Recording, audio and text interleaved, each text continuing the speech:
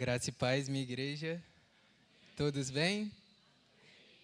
É um prazer enorme estar aqui hoje, podendo partilhar do Evangelho, partilhar das Sagradas Escrituras na igreja da qual eu congrego, na minha casa, da qual eu me sinto em casa.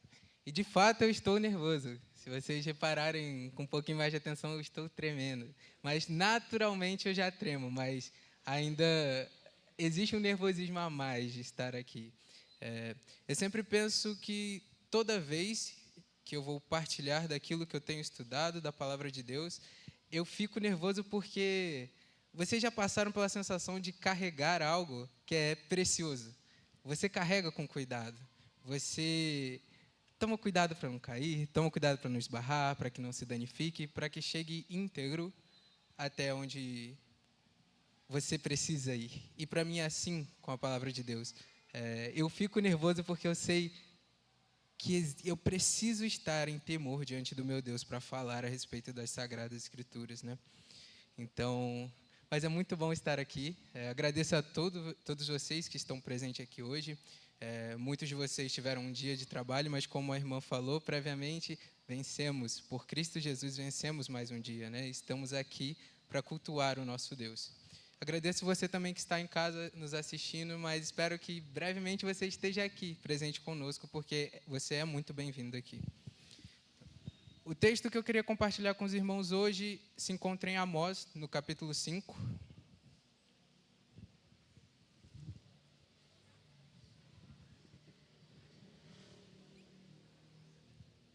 Versículos de 1 ao 20. Vamos à leitura. Todos acharam? Amós é um livro um pouquinho mais complicado de achar.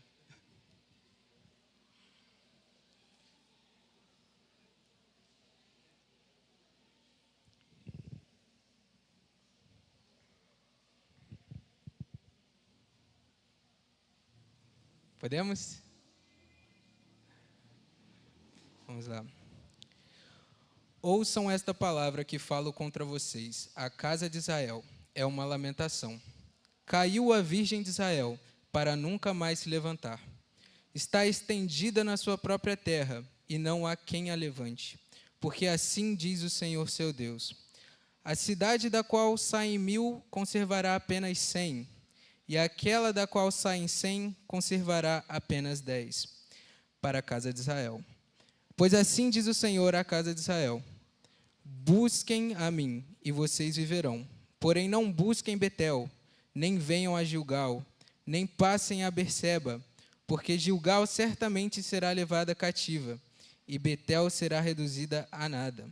Busquem o Senhor e vocês viverão, do contrário, ele irromperá na casa de José, como um fogo que a consome, e não haverá em Betel quem consiga apagá-lo.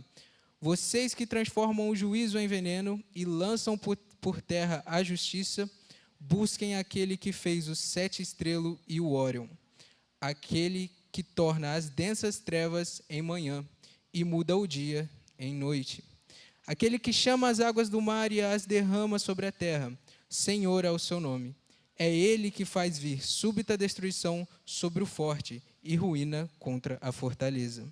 Vocês odeiam quem os repreende no tribunal e detestam quem fala com sinceridade. Portanto, visto que pisam os pobres e deles exigem tributo de trigo, vocês não habitarão nas casas de pedras lavradas que construíram, nem beberão o vinho das belas videiras que plantaram. Porque sei que são muitas as suas transgressões e que são graves os pecados que vocês cometem. Vocês afligem os justos, aceitam suborno e rejeitam as suas causas, as causas dos necessitados no tribunal. Por isso, numa época de tanta corrupção, quem é prudente prefere ficar calado. Busquem o bem e não o mal, para que vocês vivam. E assim o Senhor, o Deus dos exércitos, estará com vocês, como vocês dizem. Odeiem o mal e amem o bem, promovam a justiça nos tribunais, e talvez o Senhor dos exércitos se compadecerá dos remanescentes de José. Portanto, assim diz o Senhor Deus dos exércitos: em todas as praças haverá pranto, em todas as ruas dirão: ai, ai, Chamarão os lavradores para o pranto e para o choro, e os que sabem prantear. Em todas as vinhas haverá pranto, porque passarei pelo meio de vocês, diz o Senhor. Ai dos que desejam o dia do Senhor. Para que vocês desejam o dia do Senhor? Será um dia de trevas e não de luz. Será como se um homem fugisse de um leão e lhe saísse ao encontro um urso, ou como se entrando em casa, encostando a mão na parede, fosse mordido por uma cobra. O dia do Senhor será um dia de trevas e não de luz. Será um dia de completa escuridão, sem nenhuma claridade. Oremos, irmão. Deus, muito obrigado, porque através da Tua permissão estamos aqui hoje contemplando escritos de muito tempo atrás, mas que falam diretamente ao nosso coração. Deus, nos conduza a um entendimento claro das Sagradas Escrituras por meio do Teu Santo Espírito. Que nós possamos, que sejamos tocados, Deus, nas partes de nossas vidas que precisam ser tocadas e que estejamos sensíveis às mudanças e ao que o Senhor quer nos direcionar a fazer. Isso é o que eu oro em nome de Jesus. Amém. Bom, Amós era um profeta que, amando de Deus, ele não era profeta de ministério de nascença, né? Ele não nasceu, viveu a vida ministerial e decidiu, então, dar sequência em outros lugares. Mas Amós era um boiadeiro, um pastor. Mas, amando de Deus, Amós deixou a sua terra, ele era de Tecoa, que ficava em Judá, e foi pregar no Reino do Norte, em Israel, terra que não pertencia a ele, terra da qual ele não era originário. Mas, por obediência a Deus, Amós decidiu, por obediência e temor, ele foi obedecer à vontade de Deus e pregar em Israel. Isso aconteceu por volta, mais ou menos, de 760 a.C. O contexto de Israel, na época, Israel vivia um tempo de prosperidade muito grande, pelo menos no entendimento deles. Existia um crescimento exponente do poderio militar de Israel. Claro, algumas derrotas, coisas, mas a grande visão deles era como Israel vinha crescendo. Economicamente falando, Israel prosperava, suas fronteiras estavam fortificadas, toda a questão de relação de comércio de Israel era muito bem arquitetada, muito bem administrada, porque o seu rei naquele momento era Jeroboão II, que era um grande estrategista militar e também era munido de um grande conhecimento econômico. Então, isso de fato influenciou que Israel tivesse uma boa administração. Israel carregava uma certeza que beirava a prepotência de que o Senhor Deus era com eles, independente do que acontecia, independente do que eles faziam, independente da vida que eles levavam. Eles carregavam aquele ímpeto de eu posso fazer as coisas conforme eu quero, conforme vai ser melhor para mim, porque o Senhor é meu Deus. Eles tinham coisas na qual eles se escoravam, né? Eles tinham domínio sobre três lugares que eram de representatividade religiosa muito grande para eles. Lá ficava Betel, da qual o nome era dado, o significado do nome Casa de Deus. Eles também possuíam Gilgal, que era o primeiro acampamento militar depois da travessia do Jordão, depois que os israelitas atravessaram o Jordão. E tinham Berseba, que também era conhecido como Poço dos Sete, que ali foi firmada o pacto de paz entre Abraão e Abimeleque, né? Então, eram lugares que eles desfrutavam para falsamente cultuar o Senhor, para cumprir ritos, mas seus corações não estavam voltados para, de fato, Deus, mas a fim de buscar o status, né? Ter aquela condição de eu cumpro o rito, eu faço parte disso, então eu estou em um local acima dos demais. E eles utilizavam desse status de povo da aliança, esquecendo de que a aliança, de fato, provém de Deus, mas Deus nos pede coisa também. A gente tem coisas a serem cumpridas na aliança. A gente não pode desfrutar de uma aliança unilateral. Nós não podemos buscar uma aliança com Deus e ficarmos parados. Nós precisamos buscar andar em retidão, entender os caminhos de Deus. Hoje a gente faz isso por meio de Cristo Jesus, com o entendimento do Santo Espírito. Mas era necessário fazer algo, mas Israel não tinha esse pensamento. Israel sentava e esperava que eu vou transgredir as leis do Senhor, eu vou ser ruim, eu não vou agir com piedade nenhuma, e mesmo assim o Senhor é comigo. Não tem por que eu temer uma punição, não tem por que eu temer que eu serei retirado do meu lugar, porque o Senhor Deus é comigo. Eu tenho Betel, eu tenho Berseba, eu tenho Gilgal, a economia está prosperando, meus exércitos cada vez maiores, não tenho motivo para temer o errado. Mas isso levou eles a um certo nível de opressão com os desvalidos de forma assustadora. Tudo era feito de forma corrupta naquele período. O seu judiciário, as pessoas que comandavam a lei, os representantes, Israel era um lugar teocrático naquele tempo, então se valia a lei de Deus. E os representantes dessa lei começaram a transgredir as leis do Senhor, e crendo de que eles tinham a liberdade para isso, porém não tinham. Nós vamos ver ao longo desse período de esmiuçar a palavra que a gente vai fazer de que não era assim, eles estavam cegos, se tratava de muito ego, eram corações que não buscavam piedade, eram corações que não viam caminho pela piedade, eram corações que não conseguiam entender de que eu precisava buscar o bem, eu precisava fazer o bem, eu precisava ser um representante do Senhor aqui, fazendo o bem. Mas se tornaram um povo que buscava fazer o que era bom para eles, sem ligar para os desvalidos, sendo que a lei de Deus era muito explícita a respeito de como deveríamos tratar os desvalidos.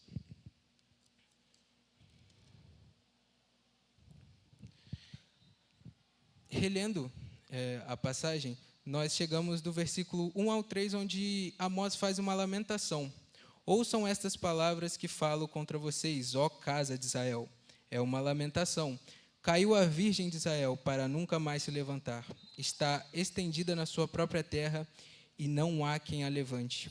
Porque assim diz o Senhor Deus: a cidade da qual saem 1000 conservará apenas 100, e aquela da qual saem 100 conservará apenas 10 para a casa de Israel. Ou seja, Amós já vinha a exortá-los, a alertá-los de que não vai ficar assim. As suas transgressões não continuarão, porque o Senhor Deus olha pelos desvalidos. O Senhor Deus se preocupa com as injustiças que estão sendo cometidas. E o Senhor Deus é um Deus de amor e misericórdia, sim. Isso a gente pode caminhar com certeza. Mas é um Deus de justiça. É um Deus justo e é um Deus que, de fato, cumpre o seu juízo. Às vezes a gente pode se questionar a respeito de quando. Nós temos o costume de fazer muito essa pergunta. Quando, Deus? Quando deixarão as injustiças de acontecer? Mas a gente não tem a resposta do quando, mas a gente tem a confiança num Deus que é intencional, é justo e é soberano. É no tempo dele e, de fato, no tempo dele será o melhor tempo. Dando sequência, Amós começa a exortar o povo de Israel, do capítulo 4 ao 15. Pois assim diz o Senhor à casa de Israel: busquem a mim, e vocês viverão. Porém não busquem Betel, nem venham a Gilgal, nem passem a Berseba, porque Gilgal certamente será levada cativa, e Betel será reduzida a nada. Ou seja, o Senhor já alertava aquele posicionamento, aquele lugar que eles estavam de falsa segurança, naqueles templos, naqueles locais onde eles iam cultuar ao Senhor com corações falsos, com corações que não tendiam à verdade, mas sim por status, por religiosidade. Eles não estavam preocupados de fato com a fé e de fato serem encontrados piedosos, sabe, prostrados, uma vida de piedade diante ao Senhor. Então o Senhor já vos avisava: não adianta procurar em Betel, não adianta procurar em Gilgal, nem passem a Berseba, não é ali que eu estou, não é ali que vocês precisam me buscar, vocês estão fazendo errado. Me busquem em intimidade, me busquem no dia a dia, me busquem nas suas atitudes, me busquem não transgredindo contra os desvalidos. Mas esse pedido foi, porventura, ignorado. Dando sequência. Busquem ao Senhor e vocês viverão, do contrário, ele irromperá na casa de José, como um fogo que a consome, e não haverá em Betel quem consiga apagá-lo. Vocês que transformam o juízo em veneno e lançam por terra a justiça, busquem aquele que fez o 7 estrelo e o Órion, aquele que torna as densas trevas em manhã e muda o dia em noite, aquele que chama as águas do mar e as derrama sobre a terra. O Senhor é seu nome. É Ele que faz vir a súbita destruição sobre o forte e a ruína contra a fortaleza. Quando eu estava lendo esse trecho, foi o mais chocante para mim, porque é como se Deus falasse: ei, meu povo, de fato o povo da qual eu firmei a aliança, está tudo errado, vocês buscam errado, os seus corações estão tortos, os seus corações não pendem para mim, mas está tudo errado. Mas existe tempo de se arrepender. Dá tempo, daria tempo se vocês estivessem realmente comprometidos em se arrepender e voltarem os seus corações para o Senhor, para as minhas leis. É como se, e por várias vezes, o Senhor fala: eu sou o Todo-Poderoso, sou eu que fiz isso. Como é dito no capítulo 8, busquem aquele que fez o 7 estrelo e o Órion, aquele que torna as densas trevas em manhã e muda o dia em noite. Deus atesta a sua soberania, o quão poderoso Ele é. Através de Amós ele fala: sou eu, porque agem em contrário às minhas leis, porque agem em contrário ao que eu pedi para vocês, porque são transgressores, porque são maus. Mas mesmo assim, o comunicado foi ignorado. Isso nos leva a pensar de que, mas é um Deus que não quis ser misericordioso com esse povo, porque no decorrer desse texto, a gente vai ter uma ideia do que foi profetizado contra Israel, e que de fato aconteceu. Deus veio ao encontro de Israel por meio dos assírios. E eu fiquei me perguntando, será que Deus não quis ser misericordioso com Israel? Mas, muito pelo contrário, nesse trecho mesmo, ele fala por diversas vezes: busquem a mim e viverão, busquem a mim e viverão. Não me busquem em Betel, não me busquem em Gilgal, busquem a mim e vocês viverão. E se você for ao começo da carta de Amós, você vai ver que ele se refere aos lugares que seriam destruídos como não por uma transgressão, mas por 3. Não por um ato, não por um pecado, não por um momento em que você ignorou o meu pedido, não por um momento da qual você ignorou quando tentei ser misericordioso com você, mas por 4, por 3. Isso é uma prova de que Deus é de fato, sim, munido de infinita misericórdia, mas Ele não tem essa obrigação de ser misericordioso. Ele é Deus, Ele faz porque Ele é Deus, porque Ele nos ama, porque, de fato, Deus quer que muitos se arrependam. Por isso que às vezes, pode parecer tardio para olhos humanos o juízo, que a justiça se cumpra, mas é porque Deus, em sua infinita sabedoria, e de fato Ele é infinito em sabedoria, é aquele que possui o manual das nossas vidas. Nós não temos o direito de questionar: Deus, será que a decisão que o Senhor está tomando para a minha vida é melhor do que aquilo que eu planejei? É Ele que mantém o manual, é Ele que sabe, é Ele que planejou tudo que acontecerá conosco. Nós só precisamos confiar.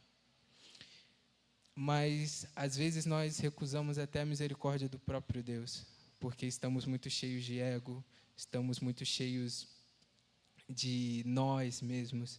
E, como o povo de Israel, nesse período, não estamos dispostos a buscar o Senhor como deveríamos. Às vezes, estamos tão preocupados em cumprir ritos, em demonstrar de forma pública uma fé inabalável, uma fé que muitas das vezes a gente não consegue viver. Quando Na verdade, o que precisamos fazer é sermos piedosos, nos prostrarmos diante do Senhor, nos reconhecemos com humildade de que somos miseráveis, fomos encontrados impuros, mas o Senhor nos salvou por meio de Cristo Jesus. Mas muitas das vezes, por conta de nós mesmos, por querermos sermos vistos, sermos lembrados, sermos reconhecidos, nós não estamos dispostos a nos ajoelharmos diante do Senhor e reconhecer: Deus, sou fraco, não consigo, entrego em tuas mãos isso que acontece. Te busco em verdade, te busco no íntimo, busco intimidade com o Senhor, porque por mim eu não tenho capacidade, Deus, sou fraco. Dando sequência. Vocês odeiam quem os repreende no tribunal e detestam quem fala com sinceridade. Portanto, visto que pisam os pobres e deles exigem o tributo de trigo, vocês não habitarão nas casas de pedras lavradas que construíram, nem beberão o vinho das belas videiras que plantaram. Aqui, Amós começa a direcionar a quem aquela fala estava mais visando. As pessoas responsáveis pelas leis, as pessoas que faziam a manutenção, que aplicavam a lei do Senhor. Eles, e toda a elite, as pessoas que tinham algum certo tipo de patamar de superioridade, digamos assim, eles eram opressores com os desvalidos. Eles transgrediam leis muito, muito claras. Essa questão de cobrar, de exigirem tributos de trigo, era uma ofensa direta à lei do Senhor, a que foi dada no próprio Monte Sinai. Deus era muito claro a respeito de como nós deveríamos tratar os órfãos, as viúvas, os desvalidos, de forma geral. Não deveria ser de forma opressora. Existiam leis claras que falavam até a respeito do tempo de serviço, de escravidão que eles tinham. Existiam leis que impediam que você tomasse do desvalido o trigo, o último grão de trigo, com impostos abusivos. Mas isso não era obedecido. E, nesse período, o reino do norte, Israel, era economicamente dependente da questão agrária. Então, muitas das vezes, os pobres buscavam alugar terras de ricos para que fosse executado o plantio e lhe era tudo tirado depois. Então, o pobre vivia nessa condição de: tenho pouco, tento produzir com pouco e me é tomado o pouco que eu tenho. E o Senhor se preocupa com isso. O Senhor olhava para o seu povo que estava sofrendo injustiça. O Senhor, de fato, demorou para que, em visão humana, de fato, demorou para que o juízo chegasse para aquele povo. Estamos falando de 40 anos até a invasão dos assírios. Mas a justiça e o tempo de Deus, ela é perfeita. Era o tempo em que era necessário. Era o tempo em que as pessoas que precisavam se arrepender e que iam se arrepender, se arrependeram. Era o tempo de que precisava se cumprir a lei do Senhor. E eu tenho plena convicção de que nós temos essa mania de falar que coisas tardam, mas não falham. A justiça tarda, mas não falha. Mas estamos falando da justiça de um Deus soberano, de um Deus que não erra, de um Deus que não é surpreendido, de um Deus que não é enganado. Estamos falando de um Deus completamente soberano sobre todas as coisas. Dando sequência. Porque sei que são muitas as suas transgressões e que são graves os pecados que vocês cometem. Vocês afligem os justos, aceitam suborno e rejeitam as causas dos necessitados no tribunal. Por isso, numa época de tanta corrupção, quem é prudente prefere ficar calado. Ou seja, não só as pessoas responsáveis por aplicarem a lei do Senhor ignoravam os pobres e os desvalidos, mas eles aceitavam suborno para que pesasse sobre esses mesmos pobres. decisões favoráveis aos ricos. Ou seja, você não tinha direito de clamar pelo seu direito, porque eram causas perdidas.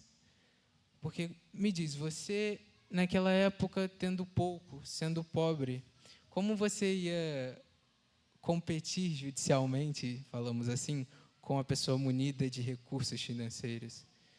Como que você iria dar uma proposta equivalente ao que lhe foi oferecido? E isso tirava qualquer chance dos desvalidos de que fossem de fato aplicado o que era justo, porque os corações das pessoas responsáveis, dos líderes do judiciário da época, estavam tortos, estavam fora do lugar, estavam no intuito de transgredir, e que se valesse o meu e não o do Senhor, que entre no meu bolso, mas que não seja engrandecido o nome de Deus se for necessário. Dando sequência. Reitero, por isso, numa época de tanta corrupção, quem é prudente prefere ficar calado. Então, que fala pesada. Deus tinha ciência de tudo o que estava acontecendo. Deus já sabia o que aconteceria com o teu povo. E através dessa fala é engraçado a gente perceber de que o prudente deveria ficar calado. É como quem procura. Não sei se vocês conhecem ou têm alguma criança em casa muito bagunceira, que às vezes está fuxicando nas coisas, tem uma tomada desencapada, e você está lá, não faz. Ela bota o dedo e toma um choque. E o que você diz? Às vezes, a minha mãe às vezes falava isso. Se você chorar, vai apanhar, porque eu te avisei. E era mais ou menos assim, o prudente não choraria, porque o prudente reconheceria, de fato, merecemos tudo que está acontecendo conosco. De fato, merecemos tudo o que os assírios viriam a fazer. De fato, não merecemos o favor de Deus, porque em todo o tempo que estivemos aqui, transgredimos contra as leis do Senhor. Dando sequência. Busquem o bem e não o mal, para que vocês vivam, e assim o Senhor, o Deus dos exércitos, estará com vocês, como vocês dizem. Odeiem o mal e amem o bem. Promovam a justiça nos tribunais. Talvez o Senhor, o Deus dos exércitos, se compadeça dos remanescentes de José. Talvez. Arrependam-se, mesmo com todas as suas transgressões. Arrependam-se. E talvez o Senhor terá misericórdia de vocês. Por que talvez? É um pouco chocante lidar com essa ideia do talvez. E se eu me arrepender agora? Talvez. Mas é por meio desse arrependimento e por meio de uma verdadeira busca que hoje encontramos através de Cristo Jesus, na entrega da vida para Ele, que achamos essa misericórdia da qual nos é falada. Busquem o bem e não o mal, e assim o Senhor, o Deus dos exércitos, estará com vocês, como vocês dizem. Porque Israel, esse reino do norte, era muito cheio de não se aproxime, Deus está comigo. Entendeu? Eu posso fazer isso, Deus está comigo. E é como se aquele dissesse, não, eu não estou com vocês, eu estou longe. Se tem uma pessoa, um povo que eu não estou, é com vocês. Olha o que vocês fazem, olha como vocês agem, olha como estão os corações de vocês, olha como executam a lei do Senhor, olha como vocês tratam as viúvas, os pobres, os órfãos. Não estou com vocês. Mas é dito, arrependam-se, ajam de forma justa, busquem ao Senhor. E assim o Senhor, o Deus dos exércitos, estará com vocês, como de fato vocês dizem. Se é verdadeiramente a presença do Senhor Deus que vocês querem, busquem verdadeiramente. Que não seja dito como algo que você diz em vão, mas que seja algo que você busca no seu dia a dia, em intimidade, e de forma intencional, de forma piedosa. Seja piedoso com as pessoas, seja piedosos com aqueles que vocês encontram em lugar de necessidade. Hajam com piedade. Tenham um coração que perdoa. Tenham um coração que pende a ajudar o necessitado. Dando sequência. Portanto, assim diz o Senhor Deus dos exércitos. Em todas as praças haverá pranto, em todas as ruas dirão, ai, ai. Chamarão os lavradores para o pranto e para o choro, os que sabem prantear. Em todas as vinhas haverá pranto, porque passarei pelo meio de vocês, diz o Senhor. Logo, no trecho seguinte, você vai ver do que se referia esse dia do Senhor, da qual o povo do Reino do Norte tanto pedia. Eles eram tão cheios de que estamos certos, agimos certos. O Senhor Deus nos chamou para que nós, povo, reinássemos com as nossas vontades, com as nossas leis. Então, podemos caminhar e esperar. Gente, está tudo prosperando, está tudo dando certo. Vocês já chegaram em algum momento da vida de vocês em que vocês pensaram, está tudo dando certo, não tem como dar errado? Ou está tudo dando certo, eu estou certo, é porque eu estou fazendo tudo certo. Se eu estou ganhando isso, se isso aqui está acontecendo, se eu conseguir aquele dinheiro, se eu conseguir aquela promoção, se eu conseguir aquele carro, é porque eu estou fazendo tudo certo. Mas nem sempre é assim, a gente precisa estar em constante dependência de Deus, sondando o nosso coração, para que entendamos de fato se estamos fazendo certo, estamos buscando ao Senhor, porque prosperidade sem Deus existe, mas é uma prosperidade vazia, é uma prosperidade falsa, é uma prosperidade que vai se esvair da sua mão quando você menos esperar. Continuando. E ele diz, em todas as vinhas haverá o pranto, porque passarei pelo meio de vocês. O que é esse passarei pelo meio de vocês? É como Deus quase que de forma irônica faz assim, vocês pedem que eu passe pelo meio de vocês, vocês pedem para que chegue o dia do Senhor, da qual Deus viria em pessoa através do Messias, libertaria Israel de todos os seus inimigos, reinaria de forma que eles esperavam militarmente e não existiria mais nada que ficasse de frente a Israel. Só que Israel chegou ao ponto do, agora que está dando tudo certo, pode vir, Deus, agora é a hora, está tudo dando certo, está tudo preparado, estamos bem. Mas aí o Senhor Deus os avisa, eu passarei por meio de vocês, mas não de forma pacífica, não de forma para que aconteça o que vocês querem que aconteça, mas passarei pelo meio de vocês em juízo. Passarei no meio de vocês para consertar o que vocês estão fazendo. Passarei no meio de vocês para que se cumpra a justiça, para que se cesse essa opressão com os desvalidos. Passarei no meio de vocês para que não mais as pessoas que estão no lugar de poder, as pessoas que estão no lugar de soberania, reinem de forma injusta.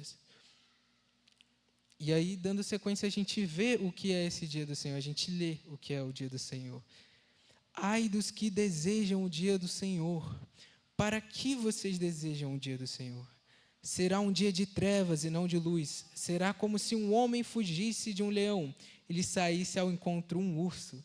Ou como se entrando em casa, encostando a mão na parede, fosse mordido por uma cobra.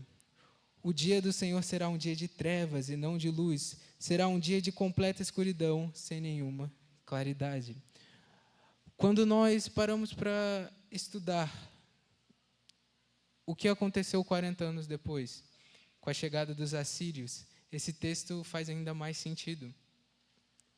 Porque, de fato, ele fala, porque vocês têm essa expectativa tremenda que chegue o dia do Senhor.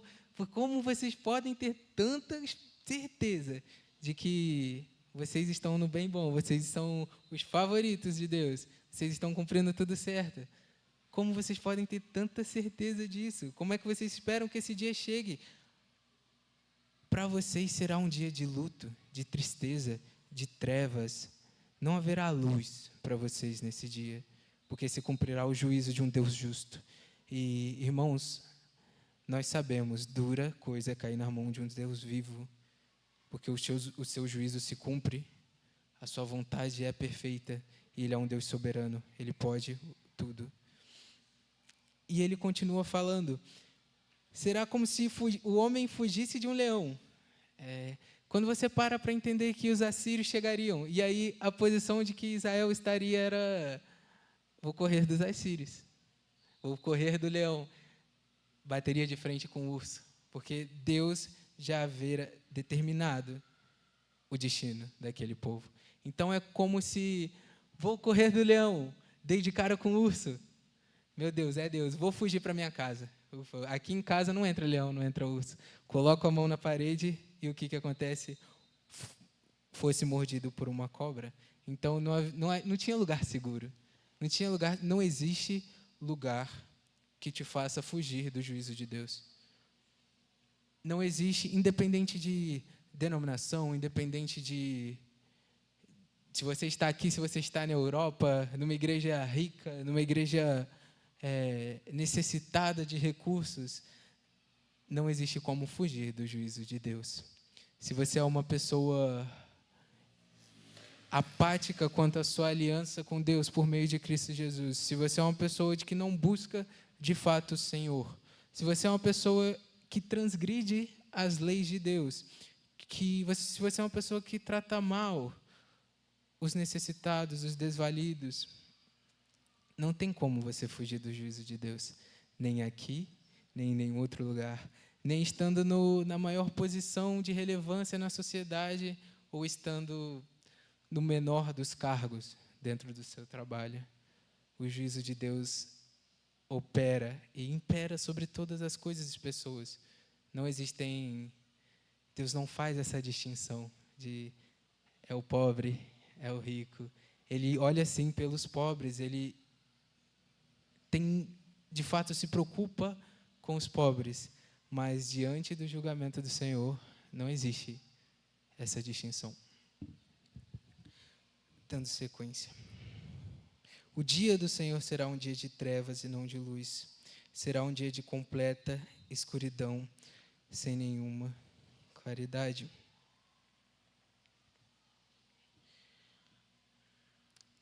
É como se...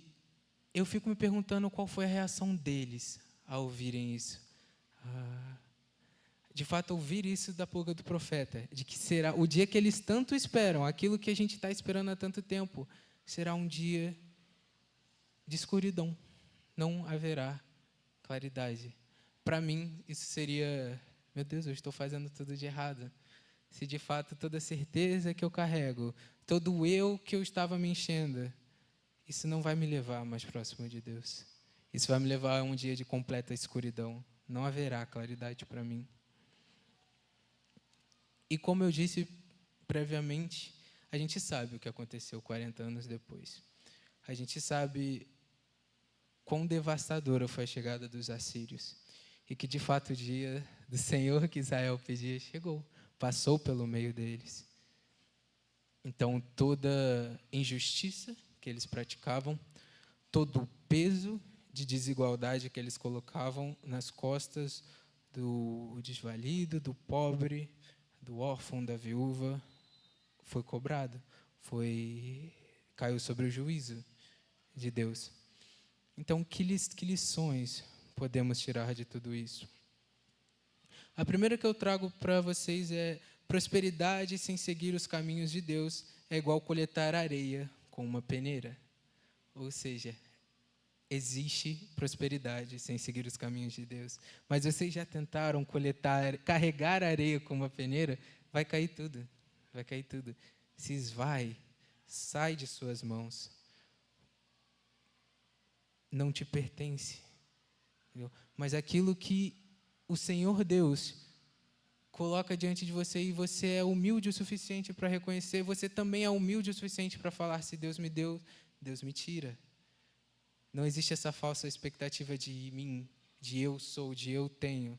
Existe a nossa ciência de que se eu tenho é porque o Senhor Deus me deu.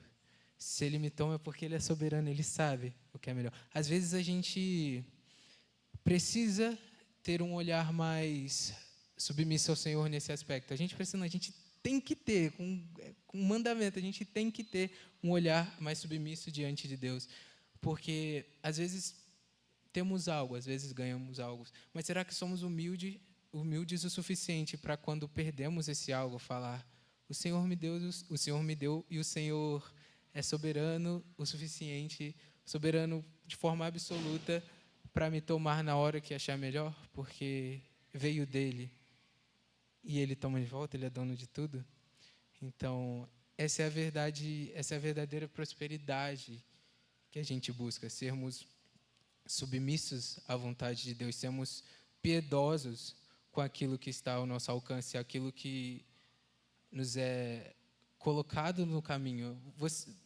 Eu tenho certeza que você já passou por alguma pessoa carente de ajuda, seja em qualquer forma, seja uma pessoa que precisava de uma oração, seja uma pessoa que precisava de um prato de comida e você tinha condições de dar naquele momento. Quando é dito pratique o bem, é dessa colheita de boas coisas que estamos falando, porque a gente não está preocupado com o lucro de coisas aqui, a gente está preocupado com a nossa chegada na eternidade. A gente está preocupado de, quando nos depararmos com o julgamento, que nós possamos ouvir que fomos servos fiéis, né? Que buscamos a Deus, que ajudamos os necessitados, porque o que tem de bom em mim, hoje eu reconheço, é Cristo. Então, é isso que estamos preocupados. A segunda lição que eu trago: sonda o teu coração e pratique o bem. O justo espera o dia do Senhor com verdadeira alegria. O transgressor espera o dia do Senhor, cego pelo pecado. Do que estamos falando? O justo pode falar que venha o dia do Senhor, que venha, porque nós aguardamos esse dia, nós aguardamos a eternidade, nós aguardamos estarmos na presença do nosso Salvador, nós aguardamos nos encontrarmos com Cristo Jesus. O justo espera esse dia com alegria. O justo crê nisso. O transgressor, ele espera com a falsa expectativa de que eu não me relaciono com Cristo, eu não amo a Cristo, mas eu espero que o dia do Senhor chegue, porque, eu sou uma pessoa bem-sucedida, não é possível que eu não vou estar lá. Gente, salvação é o próprio Cristo, por meio dele, entendeu? Por meio dele, é Cristo Jesus, não importa. O justo, o verdadeiro justo, ama e crê no Cristo. O terceiro e último ponto que eu trago é: seja fiel à sua aliança com o Senhor por meio de Cristo Jesus. Por quê? O Reino do Norte não foi fiel, porque não tinha ideia do preço. Não tinha ideia do preço. Nós sabemos o preço, nós sabemos o que custou.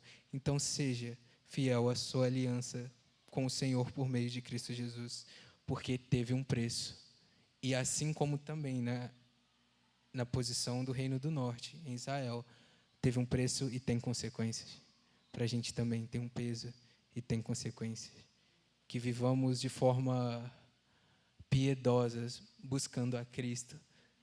Que possamos, de fato, estarmos em uma posição de temor a Deus tão grande, de que o nosso coração exale a piedade, não busque a injustiça. Que o nosso coração não balance buscando a injustiça, porque será mais benéfico, será melhor para nós. E eu não poderia encerrar essa mensagem sem falar de tudo aquilo da qual a palavra de Deus direciona, sem falar do Cristo. Quando Cristo fala sobre: tomai sobre vós o meu jugo, aprendei de mim que sou manso e humilde, ele está falando simplesmente: virá o dia do Senhor, virá o dia do Senhor. Coloque essas injustiças que acontecem com você diante de Deus. Toma o meu fardo é leve, é suave, caminha comigo e ele virá. Assim como Israel clamava pelo dia do Senhor, nós podemos clamar, porque temos a certeza de que ele virá. E de fato ele virá. E ele virá não para militarmente reinar como a gente espera, militarmente reinar como Israel esperava, militarmente liderar aquele povo a um reinado que eles colocaram na perspectiva dele por uma falsa interpretação da aliança, mas ele virá para encontrar com o seu povo. Ele virá para encontrar com aqueles que o esperam, que creem nele, que o amam. E ele virá também para julgar a nós, a fim de que, após isso, nós teremos a oportunidade de desfrutar de uma vida eterna ao lado desse mesmo Cristo que nos salvou e que nós podemos colocar a nossa certeza de que no retorno dele, todo sofrimento que você passa, todo sofrimento que te aflige, toda injustiça da qual você já passou ou passa, se cessará. Isso não será uma preocupação mais para você. O reino do qual o Senhor é soberano, não existe injustiça, não existe dor. E nós aguardamos esse momento, nós aguardamos o retorno, nós aguardamos a nossa moradia eterna com grande expectativa que venha o dia do Senhor. Vamos orar? Deus, quão duro estava o coração de Israel, a ponto de que não fossem capazes de reconhecer a voz do próprio rei, a voz do próprio Deus, a voz do próprio soberano, que os alertava: meus filhos estão fazendo errado, meus filhos não pratiquem injustiça, meus filhos sejam piedosos, façam o bem, vocês são um povo, façam o bem, foram escolhidos, façam o bem. Quão duro estavam aqueles corações. E Deus, eu te peço que o Senhor nos alerte também da mesma forma se o nosso coração estiver duro, se o nosso coração não estiver colocado em uma posição de prostrar-se diante de Deus, que nós tenhamos toda a convicção de que é necessário estar prostrado diante do Senhor para que sejamos de fato piedosos, que sermos sensíveis à vontade do Santo Espírito de Deus nos leva a praticar o bem, que nós possamos ser de fato sensíveis a essa vontade, a esse falar, a esse agir, a esse mover. Pai, não permita que nós estejamos como pedra, não permita que o nosso coração se endureça a ponto de que, ao ouvir a Tua voz, nos ordenando algo, nós não sejamos capazes de ouvir, não sejamos capazes de dobrar os nossos joelhos, que ao ouvir a Sua voz, não permita que ao ouvir a Sua voz, não sejamos capazes de nos esvaziarmos de nós mesmos e de buscarmos a Deus da forma que o Senhor nos alerta e nos exorta e nos pede a fazer. Deus, que esses escritos que há muito tempo aconteceram não sejam uma realidade na nossa vida, que nós possamos aprender com o que está nas Tuas Sagradas Escrituras, que nós, diferentemente daquele povo, nós venhamos a praticar o bem, que nós venhamos a praticar a justiça, que nós possamos falar verdadeiramente: o Senhor Deus está conosco, e que até que a volta do nosso Senhor e Salvador se cumpra, isso seja uma verdade da qual nós não nos abalemos, nós não duvidaremos, nós não sequer passará pela nossa cabeça desviarmos daquilo que foi dito, Deus. Que seja uma verdade entronizada em nossos corações, que Tua palavra penetre em nossos ouvidos e ancore no nosso corpo, em nosso coração, em nossa mente, e que isso nos leve, Deus, a uma vida de praticar o bem e uma vida de principalmente fidelidade à aliança com Deus por meio de Cristo Jesus. Amém.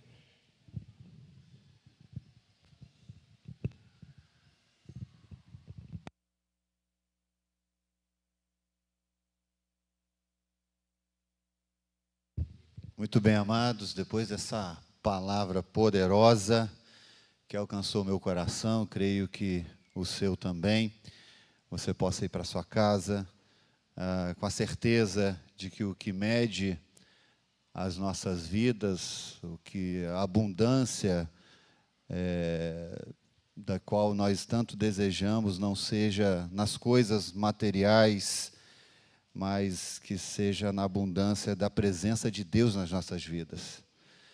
Que a gente saia daqui pensando e refletindo, se a nossa vida com o Senhor tem sido levada a sério, a ponto de me satisfazer por completo, e eu não encontrar nenhuma outra satisfação em outro lugar que não seja no Senhor. Busquem o Senhor, né?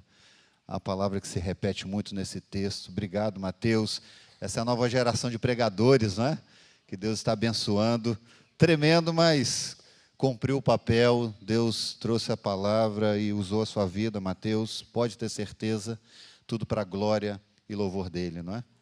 Deus abençoe. Vamos orar silenciosamente. Ore e fala: Deus, continua falando ao meu coração, e que eu não perca o foco de, ó Deus, de buscar ao Senhor, e que o que define a minha vida é a minha intimidade com o Senhor.